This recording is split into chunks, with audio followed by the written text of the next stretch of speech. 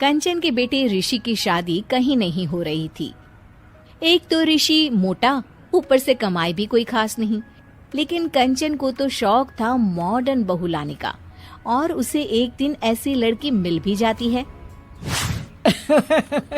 हमें तो आपका ऋषि बहुत पसंद है, लेकिन मैं आपको साफ साफ बता देती हूँ, मेरी बेटी के शौक थोड़े से अलग है बहन जी। अरे बहन, हमें सब पसंद है। आपकी प्रियंका जैसी लड़की की तलाश मुझे कब से थी। जींस पहनकर अंग्रेजी में गिटर पिटर बोला करे। अरे बहन जरा सुन तो लो, मेरी बेटी के शौक क्या क्या है। अरे नहीं नहीं बहन, बस लड़की को देख लिया तो सब कुछ देख लिया।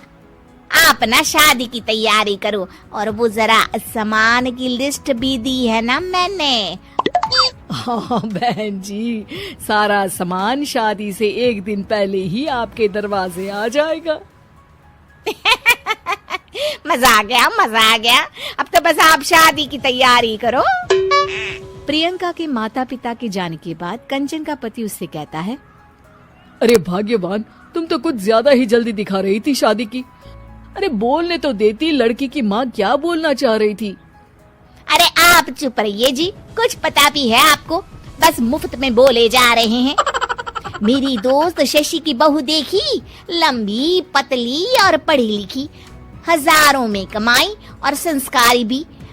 अरे पर जब वो मेरी बहू देखेगी तो जल भुन जाएगी।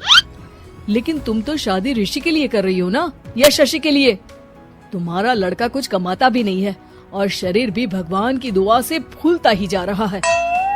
फिर बोले आप हैं? फिर बोले आप? मैंने कहा ना, प्रियंका जैसी जींस पहनकर अंग्रेजी झाड़ने वाली बहू किस्मत वालों को ही मिलती है। चुप रहिए आप। पति के लाख कहने पर भी कंचन ऋषि की शादी प्रियंका से करवा देती है। लेकिन प्रियंका जैसे ही घर में आती है, वैसे ही जोर जोर से चिल्लाकर नाचने लगती है।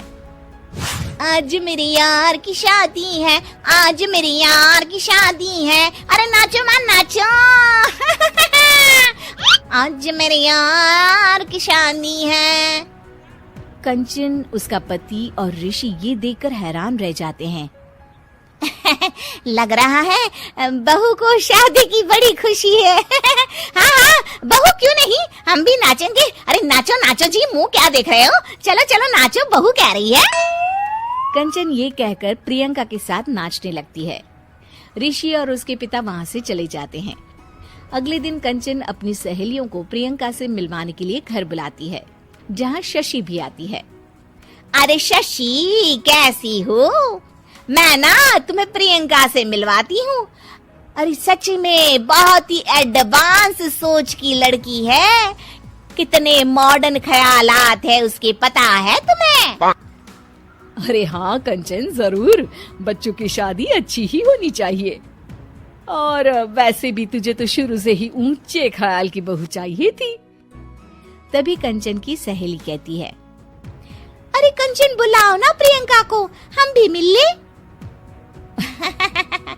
अरे बहू प्रियंका, जरा बाहर तो आना। कई बार आवाज देने के बाद भी प्रियंका बाहर नहीं आती है, तो कंचन को बुरा लग जाता है। वो उसे लेकर बाहर आती है, लेकिन ये क्या, प्रियंका लड़खड़ाती हुई बाहर आती है और उसके हाथ में शराब की बोतल होती है। हालांकि शराब पीना स्वास्थ्य के लिए हानिकारक होता है और ये हमारी किडनी के लिए बहुत ही खतरनाक है, लेकिन कंचन की बहू प्रियंका पूरे नशे में होती है। अरे इतने सारे लोग। ये कहकर वो शशि के पास जाती है।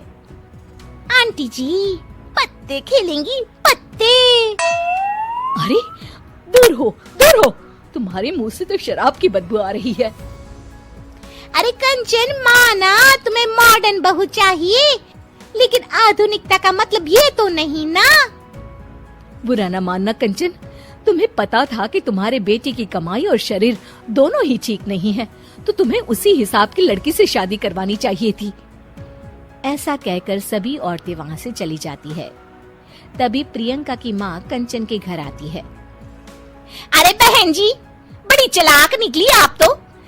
बिना बताए अपनी पियक्कड़ बेटी मेरे लायक बेटे के गले में बांध दी। आय हाय, बड़ी आई बिना बताए। उस दिन जब मैं ये बात बता रही थी तो तुम तो सुनने को भी तैयार नहीं थी। अब भुगतो तुम। ये कहकर वो वहां से वापस चली जाती है। सबके जाने के बाद कंचन अपना सर पकड़ लेती है।